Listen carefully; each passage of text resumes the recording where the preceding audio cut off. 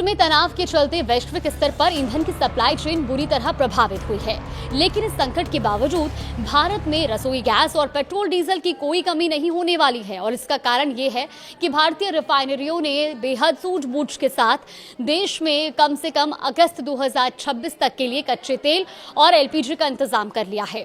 नमस्कार, आप देख रहे हैं न्यूज़ 18 का डिजिटल प्लेटफॉर्म और आज हम जागृति के साथ मुद्दे की बात में बात करेंगे मिडिल ईस्ट में तनाव और साथ ही भारत में कितनी मात्रा में ईंधन उपलब्ध है, कब तक ये पर्याप्त रहेगा। देखिए, जानकारी के अनुसार हाल के हफ्तों में भारतीय कंपनियों ने Abu Dhabi national oil company यानी कि ADNOC और अन्य वैश्विक विक्रेताओं से कच्चे तेल और एलपीजी के रिकॉर्ड खरीदारी की है और इसी वजह से देश की घरेलू जरूरतों को अगस्त तक पूरा करने की व्यवस्था सुनिश्चित हो चुकी है।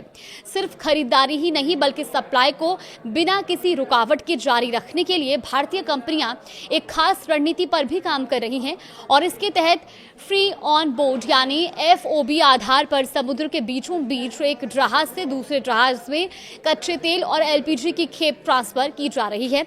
इस प्रक्रिया को शिप टू शिप ट्रांसफर कहा जाता है। इसके लिए ADNOC अपने फुजिराहा स्टोरेज और जिक्रू और दासद्वीप से कच्चे तेल की खेप भारतीय रिफाइनरियों तक पहुंचा रहा है, तो वहीं मलेशिया और ओमान के सोहार क्षेत्र में भी रीलोडिंग की सुविधा उपलब्ध कराई जा रही है। अब भारत के लिए एलपीजी की मुख्य लोडिंग फिलहाल सोहार से की जा रही है।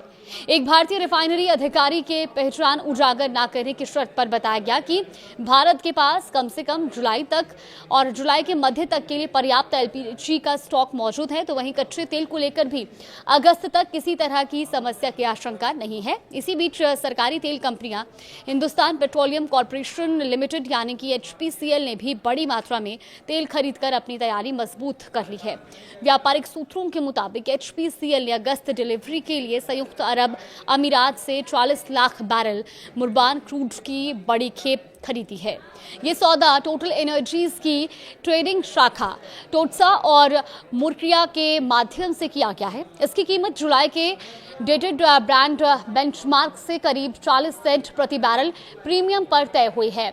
अब दिलचस्प बात यह है कि इससे महज एक हफ्ते पहले HPCL ने अपनी 1,80,000 बैरल प्रतिदिन क्षमता वाली राजस्थान रिफाइनरी के लिए ब्राजील और पश्चिम अफ्रीका से भी 20 लाख बैरल कच्चा तेल खरीदा था। यानी कंपनी लगातार अलग अलग स्रोतों से आपूर्ति सुनिश्चित करने में जुटी हुई है और सिर्फ HPCL ही नहीं बल्कि इंडियन ऑयल कॉर्पोरेशन यानी कि IOC और Mangalore refinery and petrochemicals limited यानी कि MRPL जैसी बड़ी भारतीय कंपनियों ने भी स्पॉट टेंडर के जरिए तेजी से खरीदारी की है। दरअसल मिडिल ईस्ट में संघर्ष शुरू होने के बाद भारत ने अपनी ऊर्जा रणनीति में समय रहते बदलाव कर दिया।